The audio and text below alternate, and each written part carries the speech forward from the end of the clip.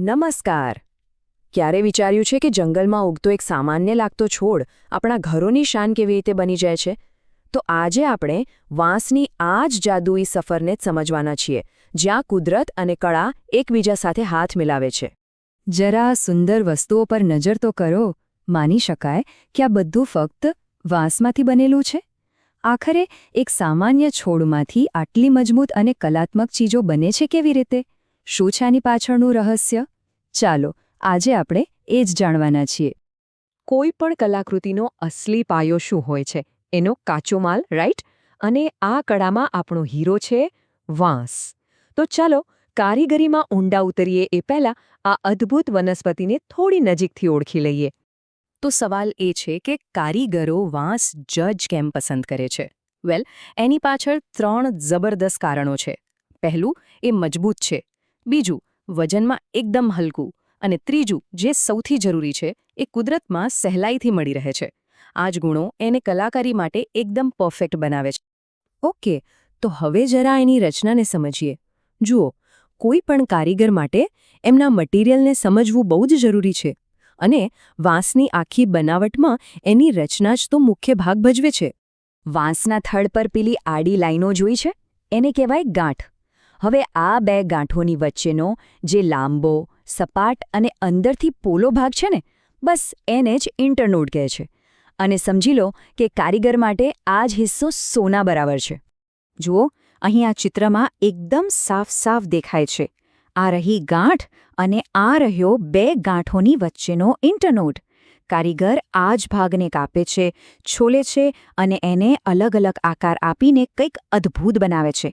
એટલે આ બેઝિક સમજ હોવી ખૂબ જ જરૂરી છે. ચાલો, તો હવે સીધા આખી પ્રક્રિયાના હાર્દમાં જઈએ. એક વાંસના ટુકડામાંથી ફાઇનલ પ્રોડક્ટ સુધીની જે સફર છે, એના દરેક સ્ટેપને આપણે હવે વિગતવાર જોવાના છીએ. આખી પ્રક્રિયાને આપણે 4 મુખ્ય ભાગમાં વહેંચી શકીએ. સૌથી પહેલાં આવે છે સ્કેચિંગ અને પ્લાનિંગ. પછી આવે છે માપણી અને માર્કિંગ. ત્યારબાદ કટિંગ. અને છેલ્લે સપાટીને એકદમ સ્મૂધ બનાવવાનું કામ.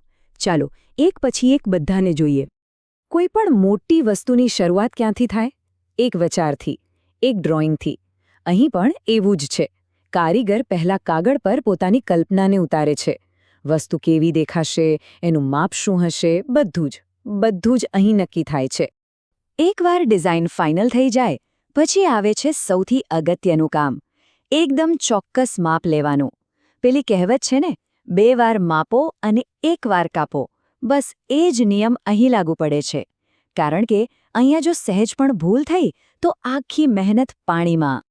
માર્કિંગ થઈ ગયું? સરસ. હવે વારો છે કટિંગનો. વાંસને બહુ જ ધ્યાનથી કાપવામાં આવે છે. એને સ્થિર રાખવા માટે ઘણીવાર બેન્ચ વાઇઝ જેવા સાધનનો ઉપયોગ થાય છે, જેથી કટ એકદમ સીધો અને ચોખ્ખો આવે.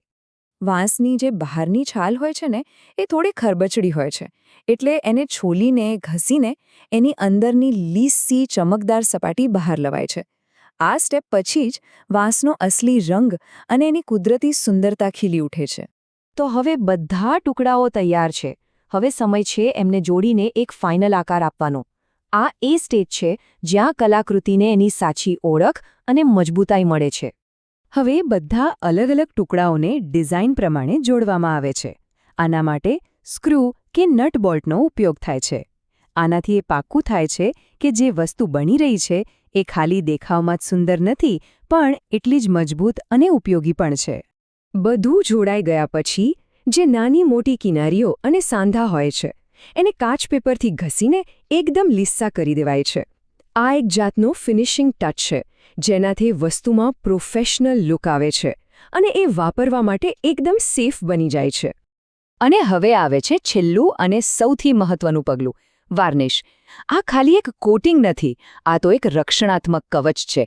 એ વસ્તુને જીવજંતુઓથી બચાવે છે, એની નેચરલ બ્યુટીને વધારે છે અને સૌથી અગત્યનું, એનું ટકાઉપણું વધારે છે, જેથી એ વર્ષોના વર્ષો સુધી ચાલે.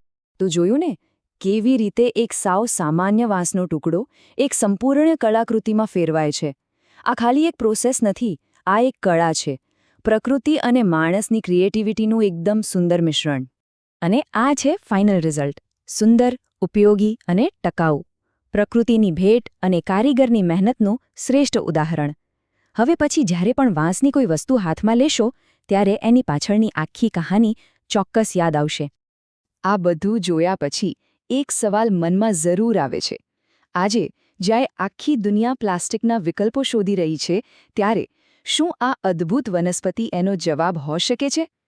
જરા વિચારો, આપણા રોજના જીવનની એવી કઈ વસ્તુઓ છે જે વાંસમાંથી બની શકે? શક્યતાઓ તો અનંત છે.